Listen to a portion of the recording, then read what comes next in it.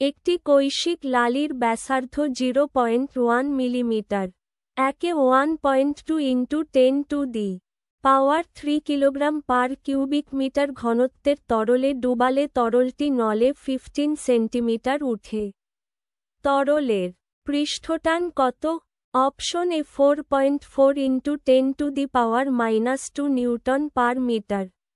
Option B 6.6 × 10⁻² newton per metre.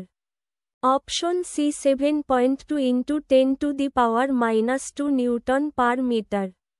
Option D 8.8 × 10⁻² newton per metre.